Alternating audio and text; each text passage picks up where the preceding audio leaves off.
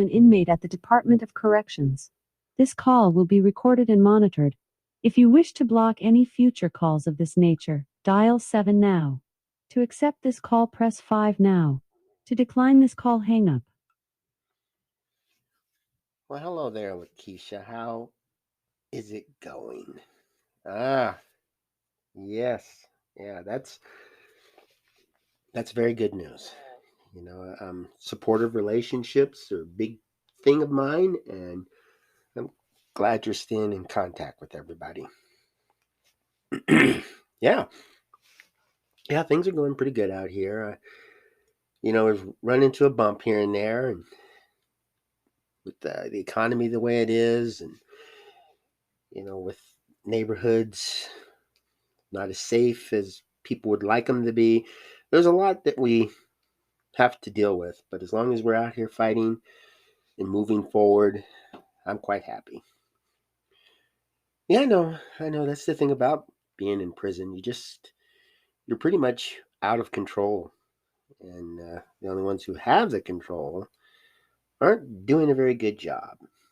But there are some situations where things do work out, maybe by dumb luck.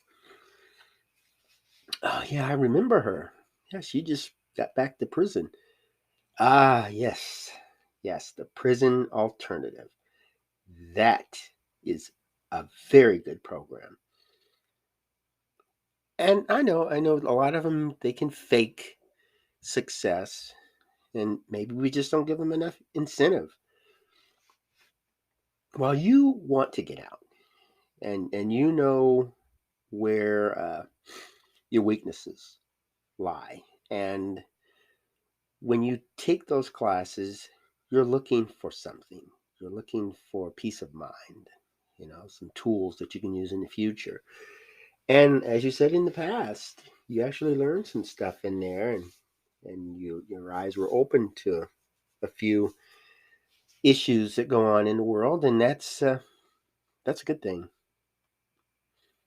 True, true. We do need to offer more of those, and I know they like to give it to you right before you get out and stuff. But people who have 20 years, there's nothing wrong with them going in, taking the class, having plenty of time to think about it, and then refreshers along the way or something. But to just say you can't take it until you're within a certain time of release, that, yeah. And also, you're in a corrections center. And we can define the difference between them. Usually out here, everything's a prison, and it's where you put people in and close the door behind them. But one of my recent conversations is that prison cells don't look like the way we picture them on TV. All these little bars sticking out, and they have the key that they lock it and walk away, and the person sitting in there with a bed and a toilet and a sink or something. They're a little bit more than that now, and it's mainly just a locked room.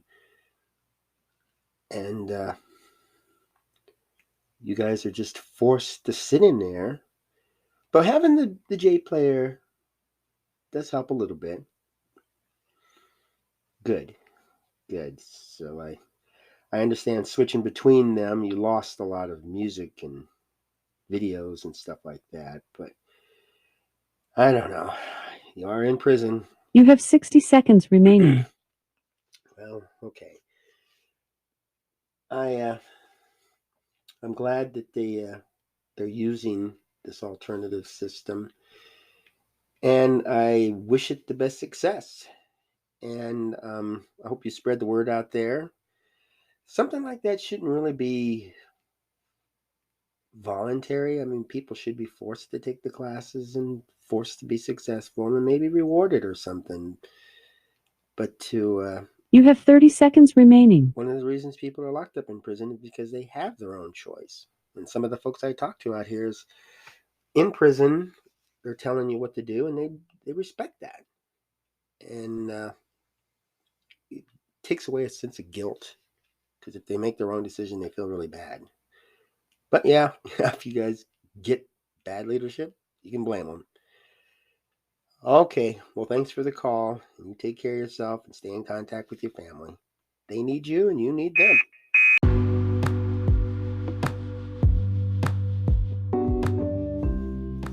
Welcome. I am Joel Wilborn, and this is AQS Inmate Call. Thanks for tuning in. And this is a conversation based on a recent event where a young lady that I was caught up in with some drama and stuff a few years ago.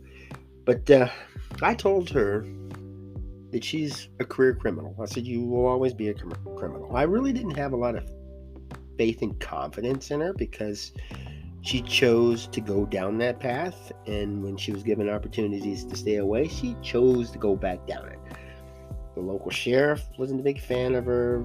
Judicial system wasn't a good fan of hers. And she just lived that kind of life and didn't really show any indication of wanting to quit. Even when people would reach out to her and show her love and affection, this addiction, this crime wave. I mean, this girl has a huge rap sheet. She would identity theft, car prowling, distributing illegal drugs, and defying court orders. It goes on and on and on. And even the people close to her would say, we don't really know how to help her. And it's not up to us. It's definitely up to her. And she just lost that drive. Yet she got caught and they put her in an alternative program instead of just sending her directly to prison, which she'd been in many, many times and caused a lot of problems, and I guess developed some good relationships and stuff in there that can't be used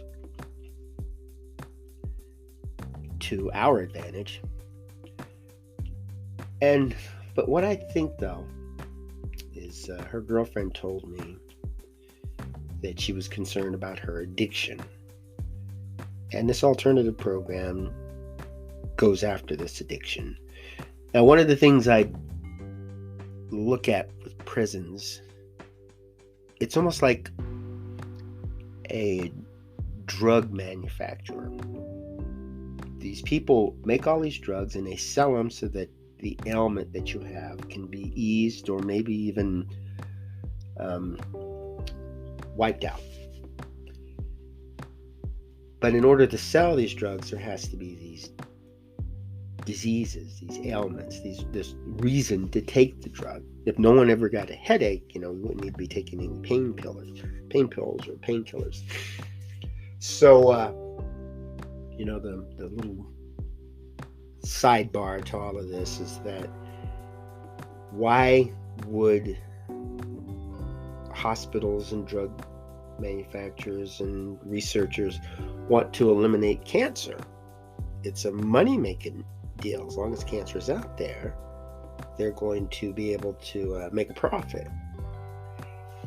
So we kind of look at the prisons like that too. These folks, as long as there's people in the prison, then they can make their profit. And let's face it, there's a lot of profit to be made by incarcerated people. And when you have these billion-dollar industries out there just sucking money from loved ones and from the state and from incarcerated people, why do you want that to end? And when we are successful, when we do get people to go to prison, learn a lesson on survival, get out, apply those lessons, and then not go back, that's not good for business. So they want to concentrate on the people that keep going back to prison. Those are the ones that help them make their money. And so when we see someone like this woman who gets addicted, goes to prison, gets out, continues her addiction, goes to prison, continues her addiction in prison, and you call them out on it. Hey, this person keeps going back. Oh, well, we're doing the best we can. She chooses not to take these programs. And why would a correctional center that's designed to keep people out of prison have this attitude and choose not to do the right thing? And I've called them out on this particular woman many times. And so it does warm my heart to see that they're putting her in a program to deal with her addiction. It's not that she has these, like she's a direct descendant of Satan himself or something. It's just she has this addiction, and this addiction takes away all logic. It's very hard to think rationally while addicted to some drug. And so if you want to keep a person who is addicted out of prison, you deal with that medical condition. You attack it directly, and you go full force. You show no mercy. She needs to be in a drug rehabilitation program, and she needs to stay in that program, and she needs to detox. This alternative program will address that. Now, her trial dates and stuff kept moving, and I should have, I suppose, go down there and put my 2 cents worth in and say she has an addiction and we need to deal with that. But I think they got the word. And so I can keep an eye on this and see what happens. I really enjoy bragging about successes. And this is something that would be nice to brag about. She didn't go directly to prison. She went to an alternative program and she succeeded. Now, let's face it, of 10 people that go to prison, maybe 1 or 2 can come out a better person with no extra expense or extra treatment. But how often does that happen? When a person goes to prison, we need to find out what's going on. Is it an addiction? Are these people kleptomaniacs? Or they just love stealing things? Are they going to prison because they can't find the resources they need to survive out here? And so sitting in prison is where they can get control, where they can get their food, where they can get their medical, because they don't know any other way to get it? Is it because they're escaping something? Things are so bad, they broke up with a loved one and feel sitting in there they can get the love and affection they need, or they have a better chance of getting the drugs that they need. I mean, what is it? What is the reason for each individual to go into this prison? If they had really paid attention to that with this young lady, they would have known she had a serious addiction. I mean, a really bad addiction, and they would have dealt with that directly, and she wouldn't be in there right now. Now, it usually makes the news when somebody gets hurt. If she had gotten out and killed somebody in a drug deal gone bad, then of course people would be pointing fingers. She just got released from prison and this is what happened. And I would like to avoid all of that. Let's play it out on paper and then fix it in reality. People shouldn't go to a correction center down and out and then come out in even worse shape. They should go in there down on their luck and come out with more confidence. When I was in the military, there were classes we had to take and programs we had to pass. We didn't really have a choice. This is something that we needed in order to fulfill our duty, but we had a certain job to fulfill. With prison, you don't have that. You can't say the person's going in there, we need to train them to be a plumber, and they'll get out and be a plumber. We don't know what's going to happen when the person gets out. But there are skills they're going to need, like money management, or